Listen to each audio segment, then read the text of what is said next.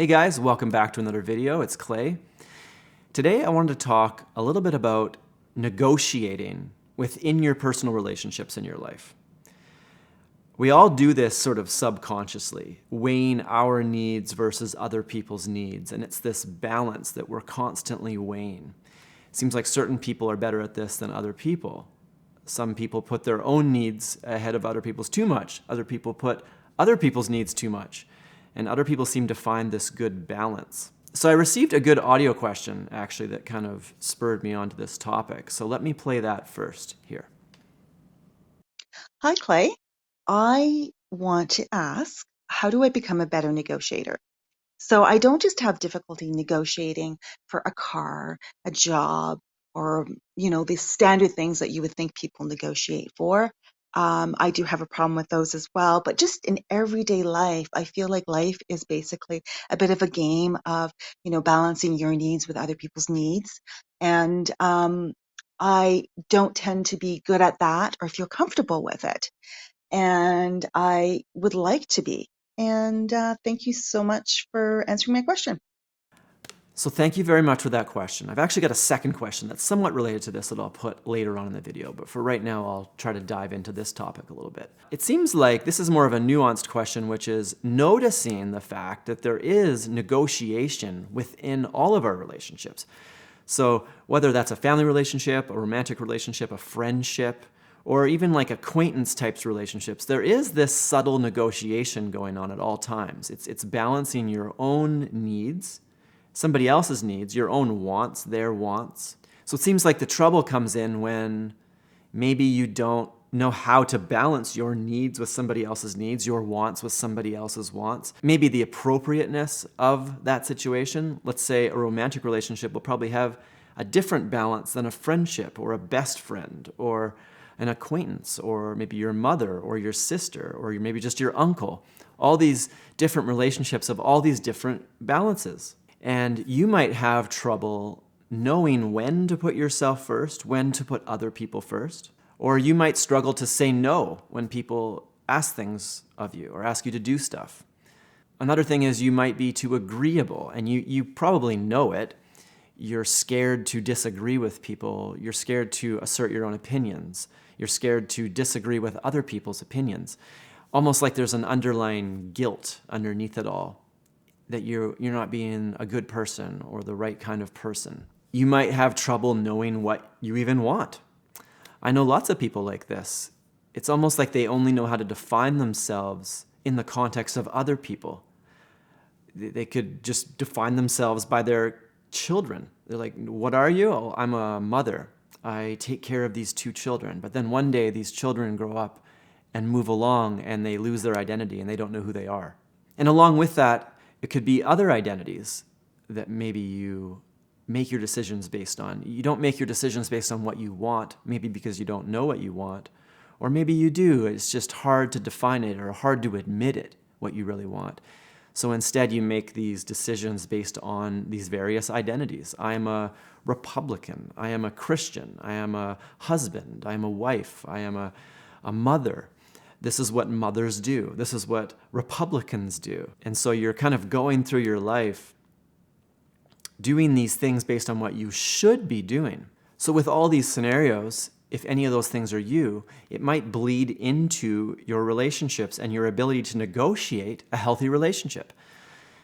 It's kind of funny with relationships in a way, because it's like they're not something that just happen. Healthy relationships just don't fall on your lap. They're set up based on things like boundaries. What are acceptable ways to treat you? What is an acceptable way to talk to you? What are the things you like?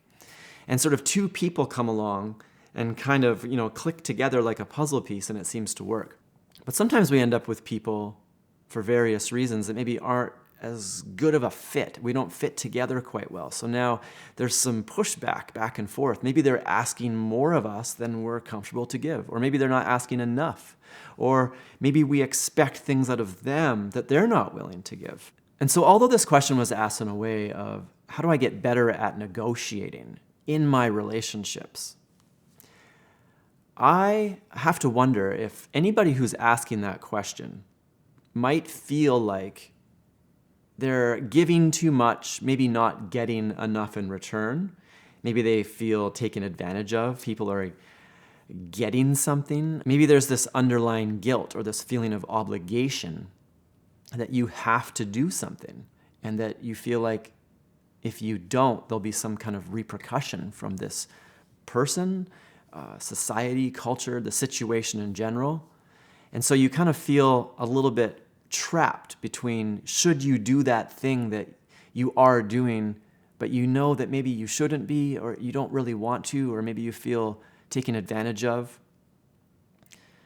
It seems more like the question really is, how do you manage the balance between your own needs and other people's needs? What is a healthy way to look at that?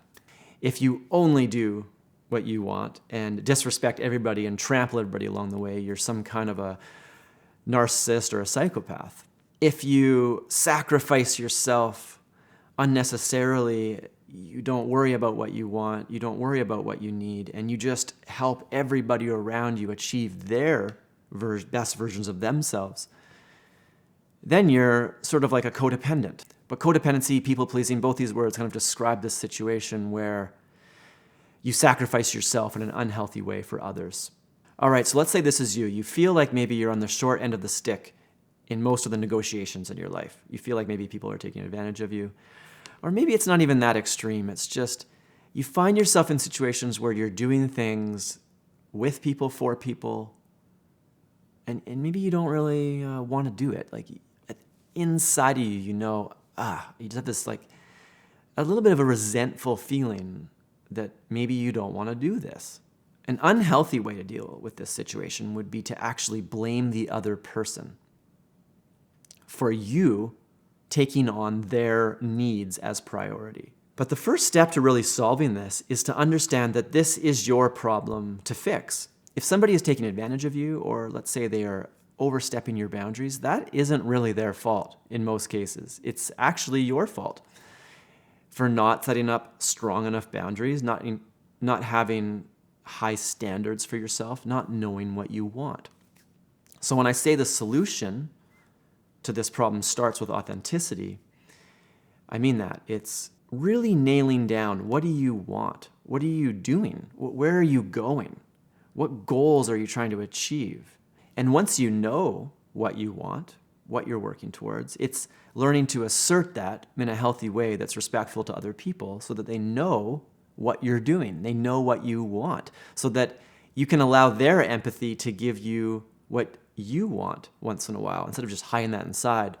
All right, so if step one to this problem was recognizing what you want and what you need, identify your wants and needs. Step two would be to assert those to other people.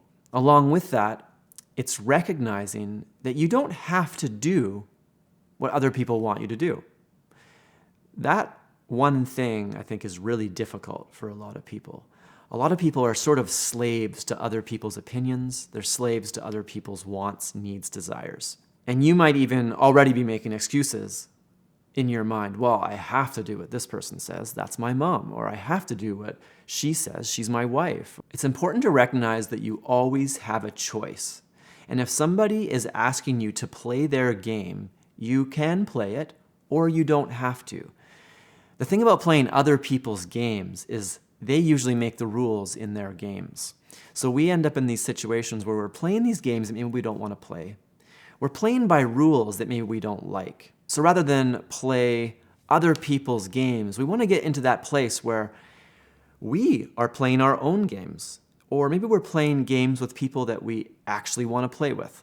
So I have this quote that I've always loved from James Altucher. I think it was one of his books. It might be his book, Choose Yourself, which is a great book for if you're the type of person that is struggling with this. Check it out, Choose Yourself.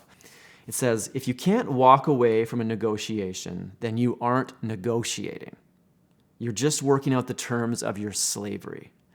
And so ever since I heard this quote, it's stuck with me. It's been in the back of my mind. So the reason why I like that quote is it points out this one simple idea. And that is, if somebody removes your choice, you are no longer negotiating. You're essentially playing their game. I mean, a more extreme way to say that is you are their slave. They're controlling the game. If they're controlling the game and you are stuck inside of it, playing by their rules, it's almost like you are the slave, they are the master. So here is a situation that I've noticed in myself. Typically, I only ask for help when I really need it, when I'm really serious. What I've noticed is that other types of people ask quite easily and quite freely. So here comes along a friend and they ask me something. And because I have this mentality that I only ask for things when it's really serious, when I really need some help, in the back of my mind I'm going, wow, this person really needs some help. I would feel awful to let them down in their time of need. So in the past, I would just say yes and I would do it, right? And then I would end up in these situations where I was just helping, doing all these things for people, doing people's work. I think what I've learned over time is that certain people ask quite freely and easily, and because of that, they don't seem to mind when you do say no. You have to learn that it's okay to say no. If you want to do something, then do it. But if you don't want to do it, I want to say this really quite clear. If you don't want to do something, you shouldn't do it. Even if that means saying no to a friend when they're asking you something. What happens if you've got a family member that thinks they love bowling, and every single night they're asking you to go bowling. And so then you're just bowling, and you're just hating it more and more and more. It's okay to say, you know what? I don't like bowling. Can we do something else once in a while? Or how about I'll come bowling with you once in a month, but otherwise, why don't you go find somebody else who really loves bowling and we'll save our time for these different types of activities. So let's talk briefly about this other group of people, and these are the toxic people. I think at the root of these people, they have all their needs, they have all these wants. And it's almost like they confuse their wants for needs. So they might want you to do something and then they treat it as a need. And I find another trick that these people use is they use the false dichotomy fallacy. So I did a whole video on logical fallacies, but there's this one called the false dichotomy, where somebody will present you with two choices. But the reality is there's more choices than they present, right? But it's this thing that manipulative people do to make you feel like you're making a choice. It's sort of like, hey, would you like me to punch you in the stomach or punch you in the face, right? And then you're like, oh, I have a choice. I'll take the stomach, please, right? Obviously, that's a awful choice. A better choice would be like, I don't want to be punched at all. But you might notice sort of toxic people doing these kinds of things to you, and then along the way you realize you're doing something that you don't want to do. So again, the key to this is authenticity. Finding out what you want, finding out who you are, asserting what you want, asserting your standards, which are called boundaries, saying, I will do this, I will not do this. If somebody comes along and crosses your boundaries, it is then your job to say no, or I don't want to do that, or that's crossing my boundaries. But the key with these toxic people is don't let them back you into a corner to accept a bad deal. It is your job to recognize if something is a bad deal and then do something about it. If you are the type of person that is constantly getting sucked into bad deals, then it is your job to beef up your authenticity, become more authentic, and reject those bad deals. So let me just mention a few other red flags. These are maybe people that you don't want to negotiate with. Let's say you make an agreement with somebody or you come to some kind of resolution. After you've come to that agreement, or let's say you've agreed to do something for them or help them in some way, after you've come to some kind of an agreement, they start to subtly change the deal. They change the criteria. It's called boundary creeping. So the analogy that some people use is like a dog.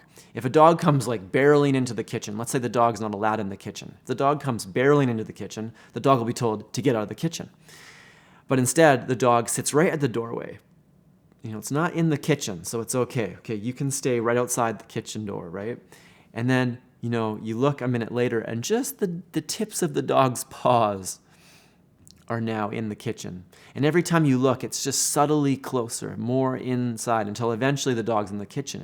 It's slowly creeped through that boundary. So what's not a red flag? They use bad reasons for why you should do something. And so there's actually some some statistics and studies. And you can find out more of this stuff if you actually read all those books on persuasion, which, to be honest, I'm a little hesitant about. A lot of times I feel like when people use the word persuasion now, it almost sounds like manipulation to me. So they have all these little persuasion techniques, which to me sound a lot like manipulation techniques. But one such manipulation technique is giving a reason. And even if it's a bad reason, it will trick people into thinking it's still a valid reason. So you got to be really careful for people that have bad reasons. So coming back to the question, how can you get better at negotiating? I think it's really simple.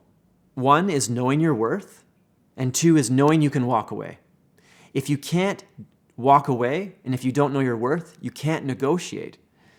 So I guess the next step would be, how do you build your self-worth? I think it's something you have to practice. In our culture, at least Western culture, there's this sort of religious underpinning to the culture. At least in, North America, where I live, Canada, United States, it's very Christian. And there is this sort of Christian concept of, put others before yourself. So I want to give an example from a Christian school I visited recently. I walked in the door, and there's this huge mural on the wall, and it said, "We are like a me third school." And then underneath it explained what this me third was. So it said they put God first, others second, me third. And I thought this was a little fascinating, because if I looked around at the teachers, the administrators of that place, are they truly putting others before themselves? They're driving a car to school. If they were putting other people first, wouldn't they give that car away to somebody that needs it more than them and take the bus or walk or get a ride? Maybe they got excess food in their house. There's lots of people that don't have enough food. Wouldn't they give that away? So here's the problem with these things. I think there's these ideas that culture is built on. In this case, put others before yourself, and you shall receive some kind of reward after you die or later in life. But intuitively, we know that this doesn't work, right? So it's almost like a lot of us anyway, especially us that were brought up in religious contexts like myself, it's almost like we're living with this cognitive dissonance. It's this subtle guilt of, I should be sacrificing myself for others. But then it's like, no, I can't do that. I have to value myself. I have to be authentic. I have to put my needs first. And once my needs are met and satisfied, then I can help other people. I have to wonder if where a lot of these things come from, a lot of this guilt that a lot of us are holding, is coming from these cultural or religious ideas. Here's what I think. If you are the type of person that has people-pleaser tendencies, it's almost like you have to reject that idea that, me third. I think that it's okay to admit, I'm going to put myself first. I'm going to meet my own needs. I'm going to make sure that I'm not meeting other people's needs before my own. It is possible to meet your own needs and then help other people. It's just like on the airplane. They say, put on your own mask before you put on other people's masks. If you start putting on other people's masks, maybe you're going to pass out before you even get that mask around that other person. If you put your own mask on, now you can help the other person. I think we have to look at all our relationships and all our negotiating like that. You have to watch out for yourself first. This is going to be really hard because people will be like, well, they're my kids. Oh, well, they're my wife. They're my husband. They're my mother. It doesn't matter, is what I'm saying. And this is something you have to remember. You don't owe anybody anything, except your kids, especially when they're young. You do owe them something. I think that you do have a responsibility to raise children in a proper way. But eventually, when they're grown up, you don't owe them your sacrifice. If somebody is taking advantage of you, if somebody is not valuing you as much as you're worth, you need to change that. You need to set up proper boundaries, or you need to get rid of that person. And I think it's possible. I think it is possible to slowly train people over time to learn to respect you. I know because I've done it. You have to be strong with these people. You have to set up boundaries. So anyway, I hope that helps answer that question. I realize I kind of went off on a few different tangents there, but let me know if that helped. So I'm going to jump into a second question here from Laura that I think sort of goes along with this. So let me just play that now. Afternoon Play, your video about what to do when the world doesn't make sense kind of resonates with me in my life right now. It would take far too long to explain that, but I have a question about that because you mentioned in the video about the man in the woods who was living by he was the dog that laid down and being dragged by his neck and avoiding the child support and all that. Well, I feel as if there are people who exist, because I believe I'm one of them, that are in that position, but it's not I'm laying down. I'm being kicked with my feet kicked out from under me and then dragged by my neck. And I'm sort of forced to be out into that forest, but in a way that it's happening in society in front of me. Everyone can see it, And I just was wondering if you had any advice for that, like, to kind of address that kind of systemic sort of oppression that society is doing it to certain people that are marginalized, and they're even acting as if it's okay to do in some places, like even with places of authority. And I just wanted to ask, like, what can I do and remain authentic to get away from this? If you have any advice. All right, so thanks for that question. This question goes back to a video I did called What to Do When the World Doesn't Make Sense. So the analogy I used in that video, it's actually this idea from Stoicism. And it's basically the dog in the cart. So you've got this cart rolling along, and we are the dog. We are tied to this cart with a rope. We kind of have this choice. We can trot along happily beside the cart, act like, we are somewhat free within the confines of this rope to do what we want, as long as we are trotting next to the cart. Or we can fight the system, lay down in the dirt, and get dragged by this rope. But either way, this cart is going to where it's going. And it kind of represents the things in our lives that are sort of unmovable, the things we can't change. And, sometimes people end up in these lifelong fights against something that maybe they can't change. I think the trick with it, though, is that sometimes we get attached to things that we think is a cart, something that we think we can't change, but maybe we have more power to change it. So Laura here is sort of adding to this analogy, and she feels like maybe she doesn't have the option to even trot along next to the cart. She's being kicked down, tripped, and dragged anyway, sort of like this a systematic oppression. And at the end there, she asked, what can I do to remain authentic? I have to wonder if a lot of these issues that exist surrounding this topic are related to people seeking status, seeking a certain type of status from a group, from society, from culture, and they're not getting it. So then they end up kicked down. So what do I mean by that? We have all kinds of things in our world that require permission to do. Sort of like these gatekeeper type things. Like, let's say you want to be a doctor. You have to go to medical school. So you kind of have to do whatever this, body of medical doctors decides you have to do. You can't just go be a doctor. You can't go be a lawyer. You can't go be an engineer. And although I guarantee it would be possible if they put some online training on the internet for being a doctor, I don't really see a reason why you couldn't work through that and learn everything that a doctor would know. But the point is, you could never work as a doctor because you've never met this gatekeeper's criteria, and they haven't gifted you with the license. So let's call that a status game. There's all kinds of status games in our culture. It's like ways to fit in and rise to the top. You're considered cool in some way, or you're considered acceptable in some way. Beauty standards would be one example. If you want to play that game of societal beauty standards, you don't really have a choice but to follow their rules on how to be beautiful.